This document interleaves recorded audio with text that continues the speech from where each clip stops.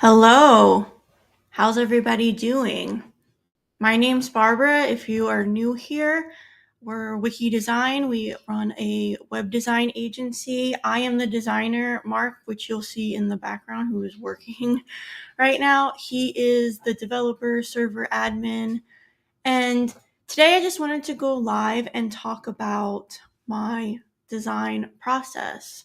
So hopefully everything is working okay. If you have problems hearing me, let me know.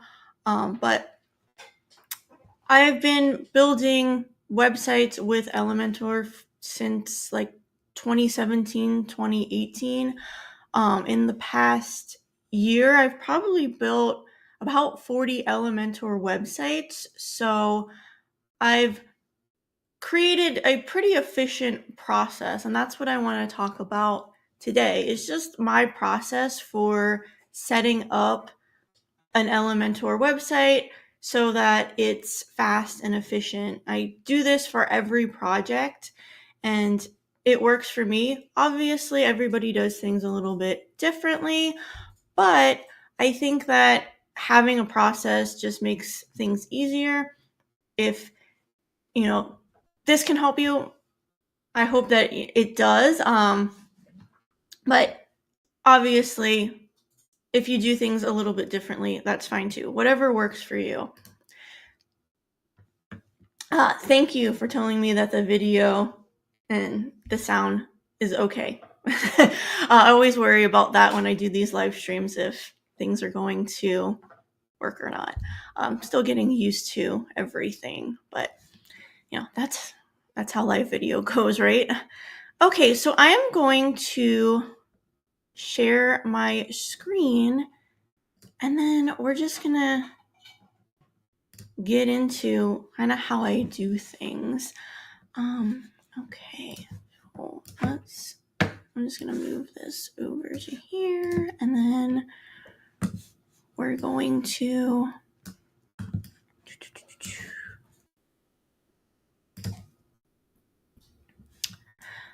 okay, so this is a website that I just quickly created on my local machine just so I could have a fresh start. So this is after I get content from a client and I've had what I call the project kickoff meeting where we go over that content. We make sure we're on the same page as far as how we want the website to look, the pages that we want, how we want it to function, all of that. So this is really after all of that happens. And I think that part is so important.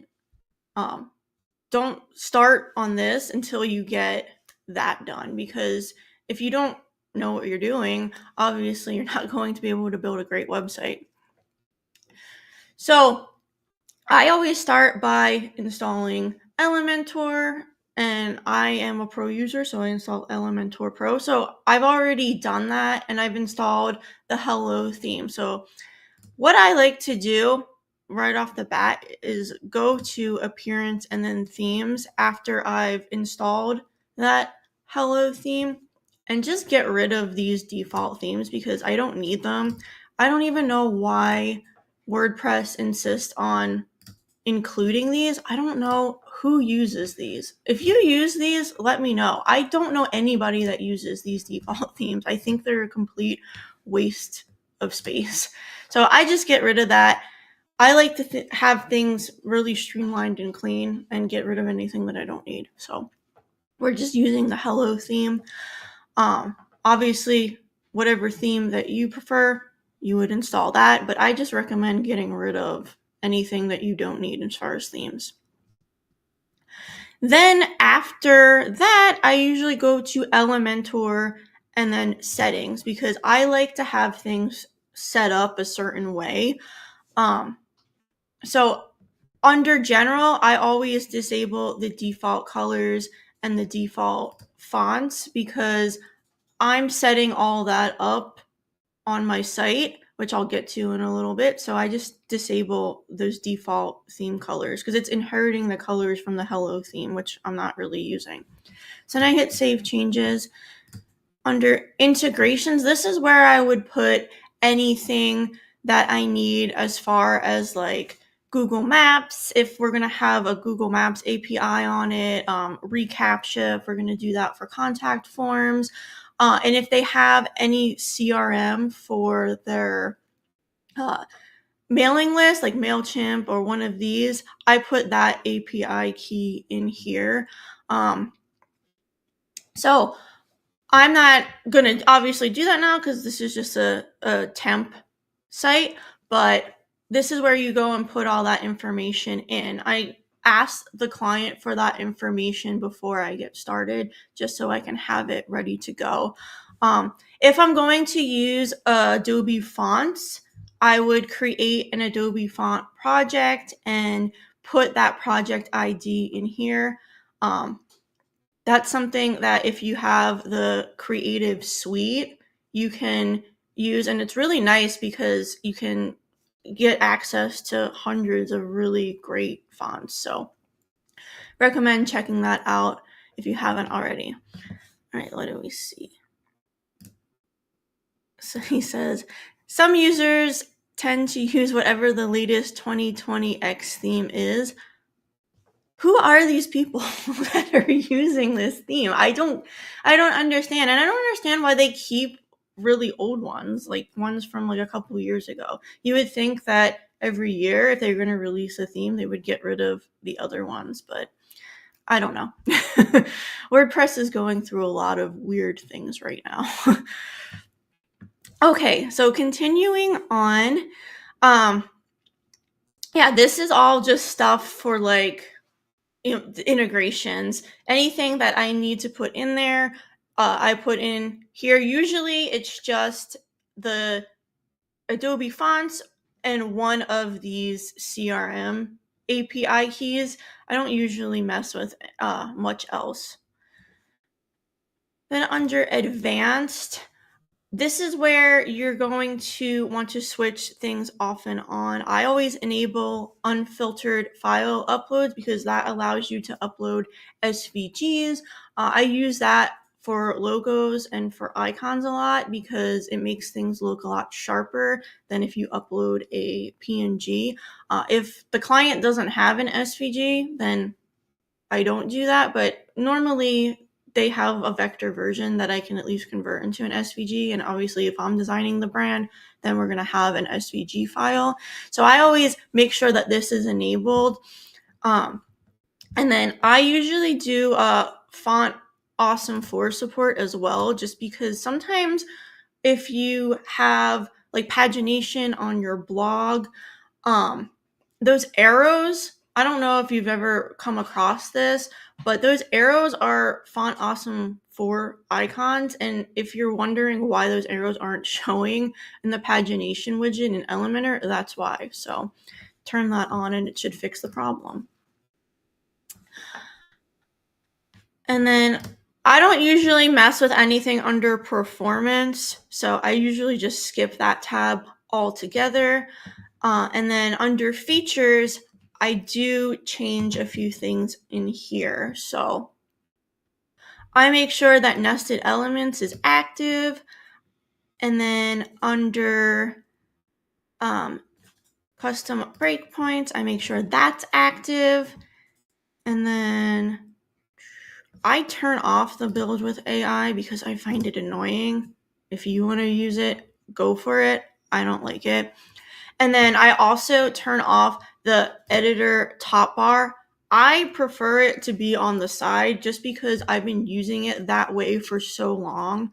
I know some people like to have it on the top, but I like it on the side. So I make that inactive because I want it on the left-hand side. And then form submissions, I make that active because I do like giving my clients the ability to go in and see those submissions. It's just a nice backup in case for whatever reason they don't get an email from the form or something doesn't work with like their CRM, if we integrate that. So I just like to have this checked on as a form of backup. I think it's one of the best things that Elementor's done, honestly.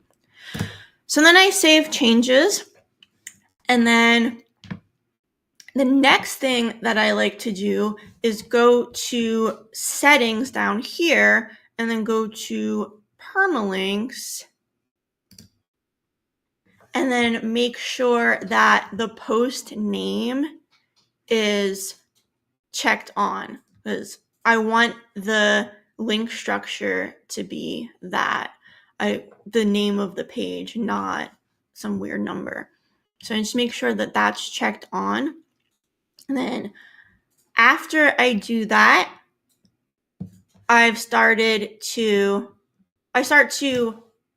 add the pages. Let's go into the chat and see what somebody said.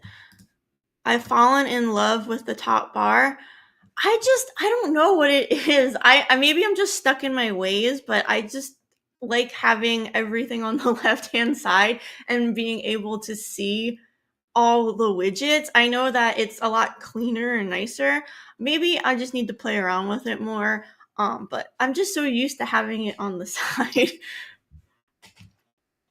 Okay, so getting back to this, on the pages tab, I usually just go through and just delete these pages that are already in there. I just like to start fresh. That's just me.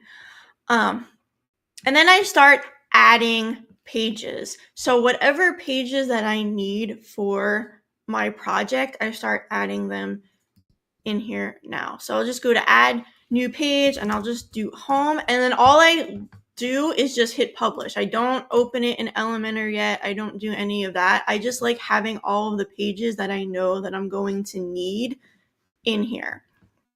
So we'll just add a couple more. Usually there's an about page, and then we'll do a services page, and then we'll do a contact page.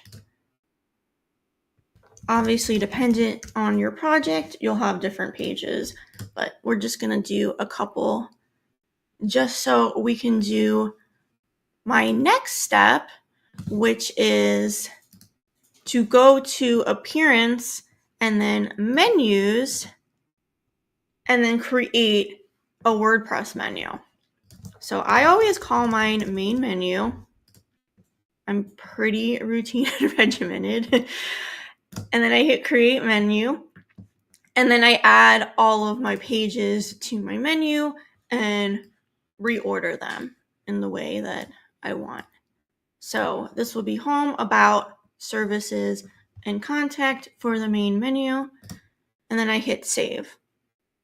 So as you can see, there's quite a few steps before we start really designing anything. We haven't really gotten to the fun part yet. Okay, so the next thing that I like to do is then go to templates and then create my header.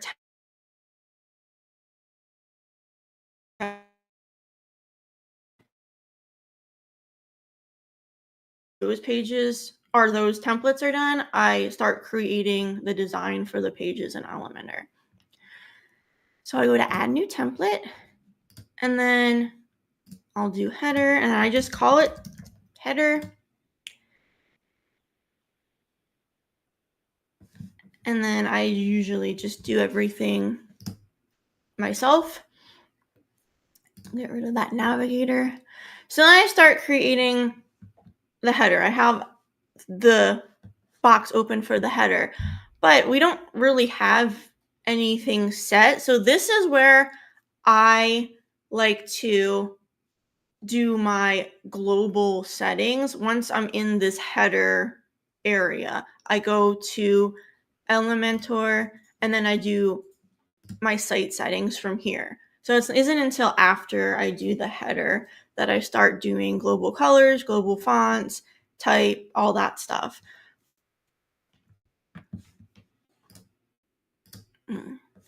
Yep, I call it the main menu as well. I'm trying out the mega menu more nowadays. I've played around with it on a couple sites. Do you find it buggy? Because I do. It's not usually necessary for what I have to do most of the time. I can get away with just doing a WordPress menu and like a drop down. But for more complicated sites, especially like e-commerce, I definitely think it's useful. I do find it to be a little bit buggy though. So I know that Elementor is working on improving it. So I just want to know what you think. Do you think it's buggy? Because I do. Okay. So yeah, going back to the header, I do my global settings after I create that header template. So this is where I'll go in and select my colors, select my fonts, add my logo and all that stuff. So global colors, I go in here and I like to label my colors. So I'm just going to pull up my Illustrator file that I just created this really quick. And then I just get the hex values from Illustrator usually, or if somebody sends me their branding, I'll get it from that. And then I like to label these instead of what they have, I'll put like brown or whatever the names of the colors are. Some people have really fun names for colors, dependent on their branding. So then this is what I usually do. I just take the hex colors from Illustrator and paste them in here. We'll do yellow.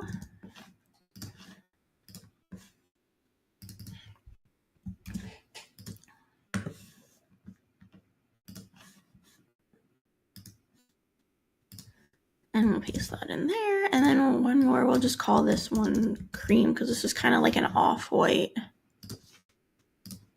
color. And obviously, if you have more colors, you can add them under custom colors. You can hit add color and add as many colors as you need. Usually 4 is more than enough for me. So then I hit update, and then the next thing that I do is fonts. But let's go back to the chat. Yeah, it gets really buggy sometimes, right? I do find that like sometimes it just doesn't work, and I feel like I'm doing something wrong, but maybe it is just buggy. So hopefully that improves over time because I really would like to use that, especially if I'm going to do an e-commerce site that has a lot of products. I think it just makes things so much easier when you have a mega menu. Okay, so after we do the colors, the next step is the fonts. This is where I set primary, secondary, text, and accent. For most projects, I usually only use maybe 2 or 3 fonts. So it really depends on the site, what kind of branding the client has already. That kind of determines what I do. So primary, that's for like your headings, your H1, your H2, and stuff like that. So I usually set that first. For this, I'm just going to, come on, use this, and then I'm going to actually keep it the same. Like I said, sometimes I just use a couple fonts because that's all I really need. And then under text, I'm going to select this, and then accent will do the same. And we'll just make that normal. Okay. So those are my fonts. Now, sometimes I do go in and adjust things if things look a little weird. But I just like to have things set up from the get-go. And then after that, I go to typography. So this is something that I think is a little confusing in Elementor. You have your global fonts and your global colors, but then you also have typography. And in order to get it to work correctly, you have to set both. But the way you do it is a little weird. So like I said, I already set up those global fonts. So what I can do is select these globes and set that here. So I'm going to select the brown for the body text color. You can see it turns pink when you select it. And then if you go to typography, you can hit primary in here and you can see that that did change. And if you go in here, you can set the size that you want and everything. So you can play around with this. Why I like to do it this way is if you decide for whatever reason that you need to change a color or change a font, if you do it globally, all you have to do is go back to that global font or global color and change it there, and it will change throughout. So I like to set up the global fonts and colors first and then go in and do that because that's what it's there for. Okay, so under the color, I'll select my normal and hover state for my link. And then this is where I go in and do my colors and fonts for the H1, H2, and so on. So I set all of this up in here. Sometimes I do go back and change things if it just doesn't look right in the design. But again, I like to kind of have a base to start with, and then if I need to tweak it, then I can go back and tweak it. But setting up those things globally helps me a lot.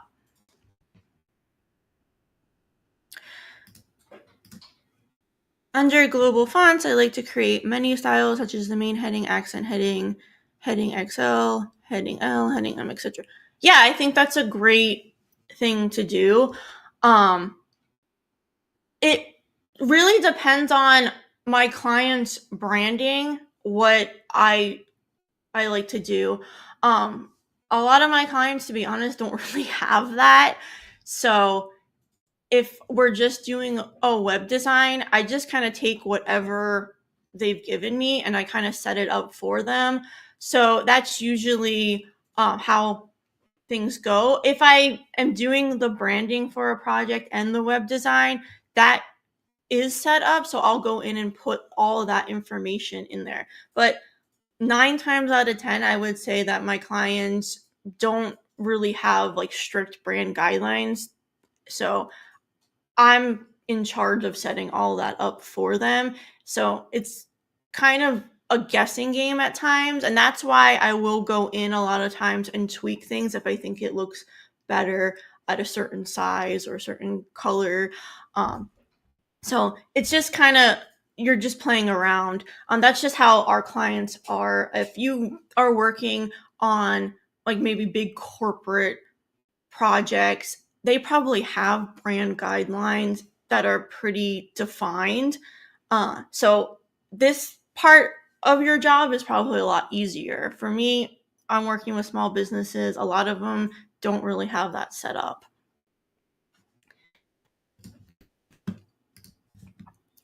Okay. So yeah, I just go through and set all of these different colors and fonts for each project. Dependent on what I'm using as far as like H3, H4, all that stuff. Sometimes I kind of just stop at H3 because I don't tend to use everything, but feel free if you need to use that, to use that. And then after that, I do like to go into buttons next. A lot of times I will change this, but I like to have things set up, like I said. So I'll do like my text color. I'm just gonna make it white because I want the background to be a color. And I do it for hover and the normal state. And then I'll do my border radius and all of that stuff. Just so I have something to work off of. I usually go in and tweak this. This is one thing that I almost always tweak, because for whatever reason, I'm never satisfied the first go around with my buttons. Then I do site identity, and this is where you put in your site logo and the favicon. So did I upload this? No, I didn't. So I go and I upload my logo, and like I said, I like to use SVG logos. So when you have the unfiltered uploads enabled, you can do that. So that's why I go into settings ahead of time and check that on. So now we have our logo, and then I did upload the favicon. So I select that. So then that's all set and ready to go. Okay. So now after all of that is set up, now we can start designing our header. So I'll go ahead and design my header, the way I see fit. It varies dependent on the project and how I want to do things, but it's pretty much the same process for every project. You add a logo, you add your menu, you tweak things a little bit. I'll drag over the WordPress menu. Obviously, I want that to change because I don't think that looks very good. So we'll style that up a little bit.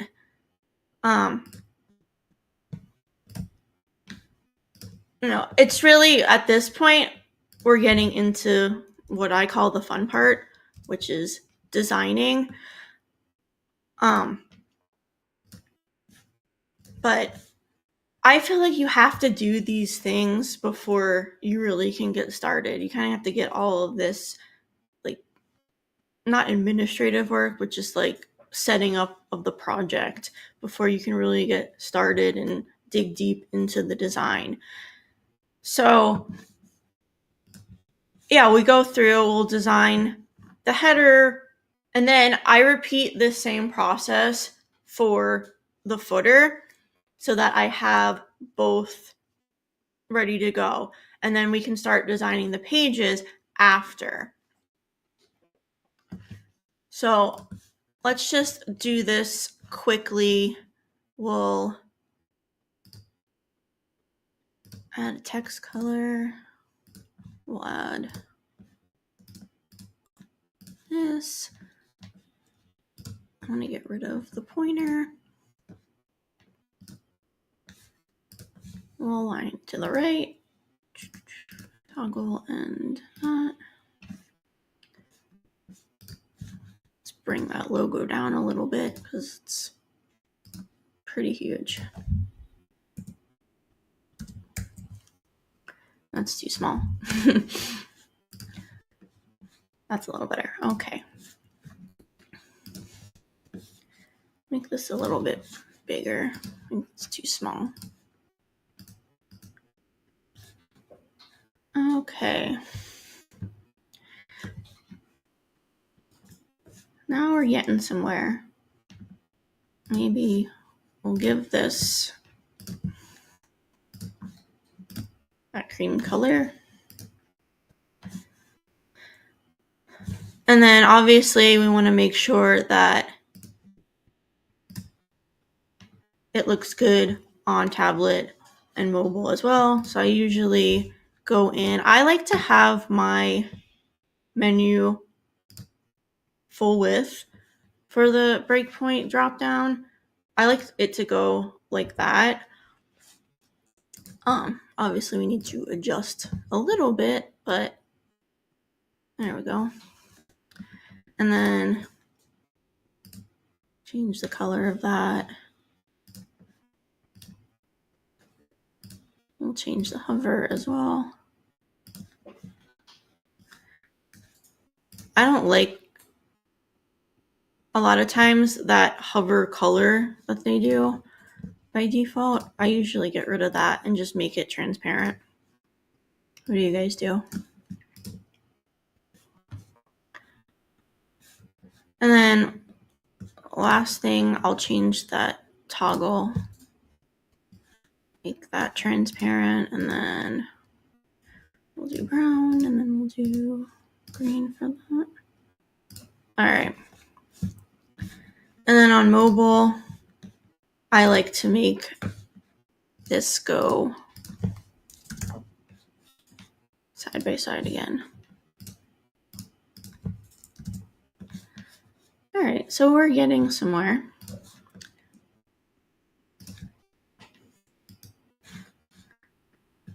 Okay.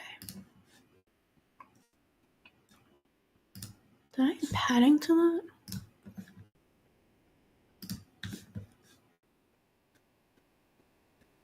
All right.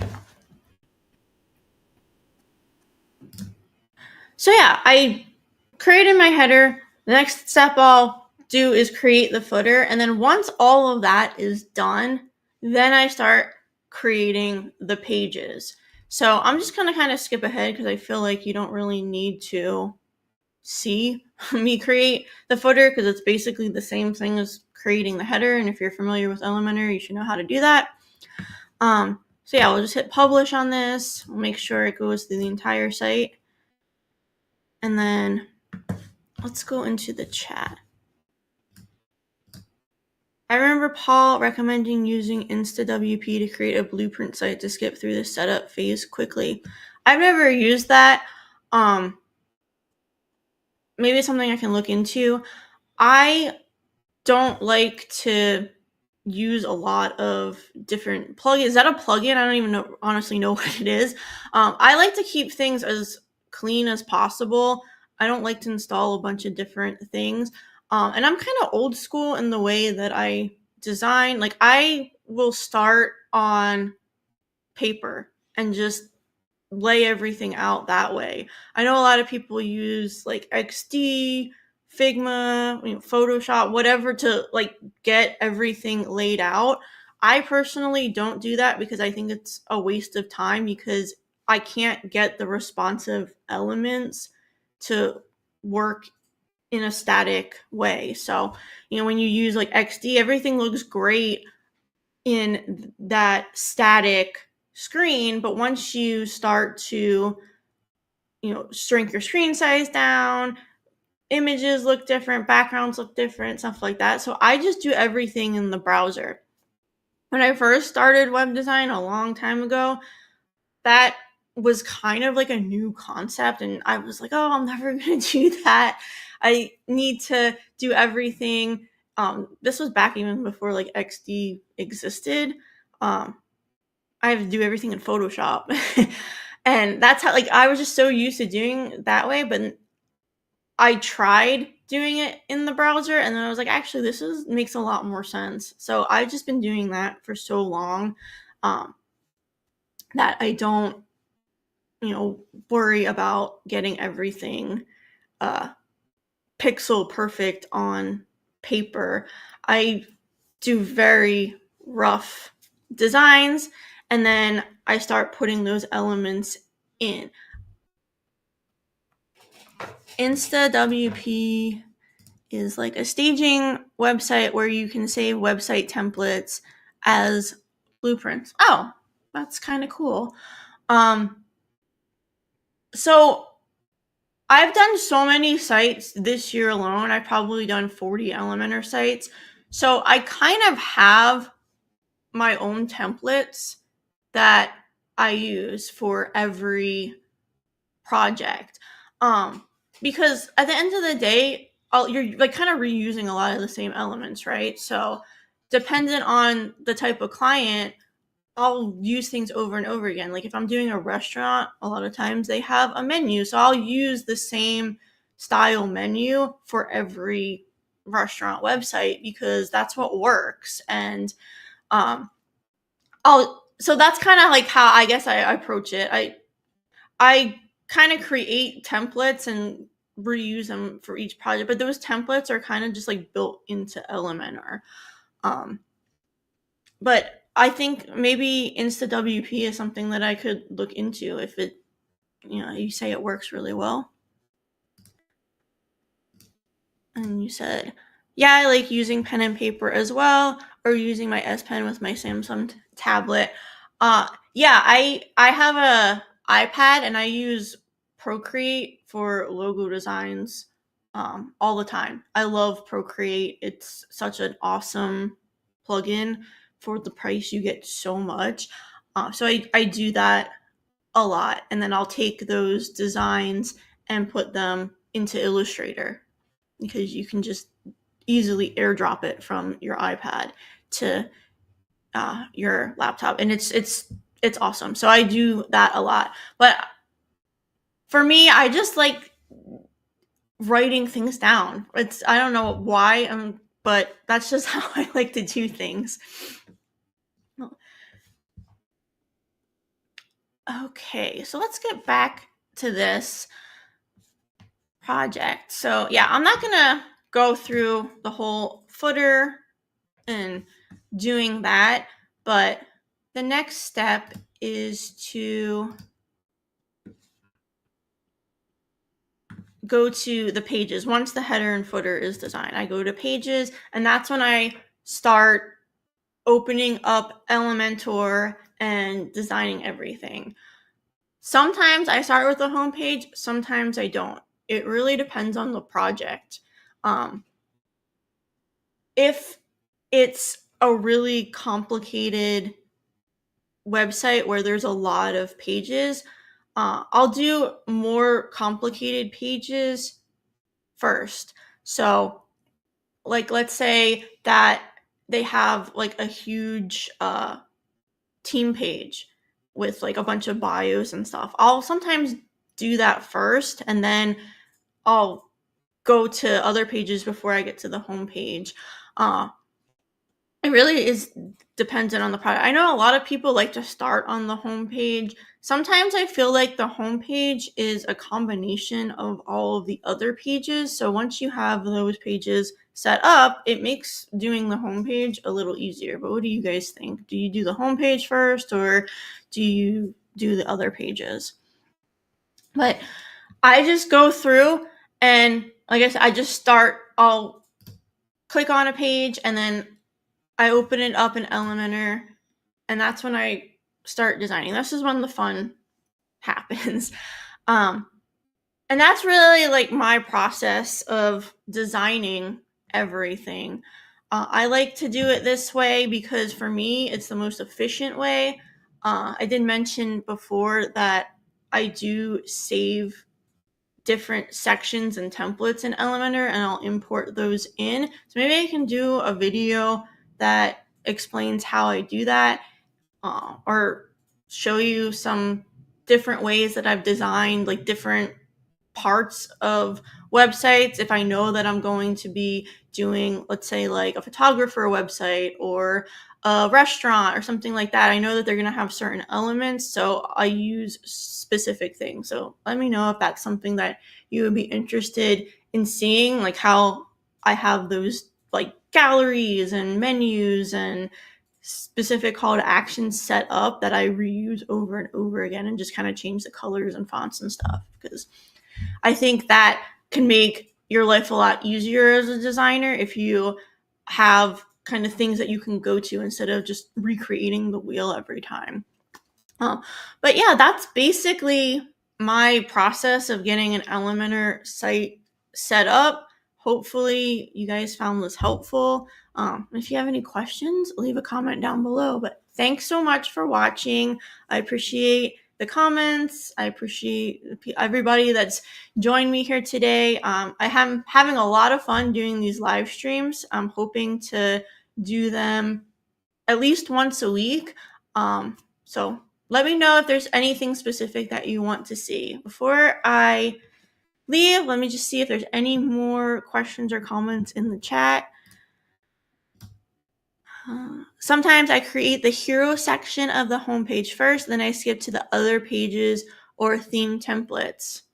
Yeah, I mean, I think sometimes you get inspired to do like one thing and you're like, all right, I want to create this specific part first, but I don't know how to create everything else after that. I've definitely run into that as well, where I'm just like, I know I want like the hero section to look a certain way and I'll do that, but then I'm not exactly sure how I want the rest of the page to look. So then I'll skip to another page and come back to it later. That I think that's just like every designer. I don't think that's there's anything wrong with doing that. And then I said, yeah, be a nice video to create in the future. The different templates, is that what you're talking about? Yeah, I think that could be another video for sure, because I have a lot of different things that I've done just in like the past year that I feel like I've been going back to for projects. So yeah, I think that's a good idea for a live stream. I'll definitely write that down. All right. Thank you so much for watching again, guys. If you have any questions, leave a comment down below, but I'll see you next time. Bye.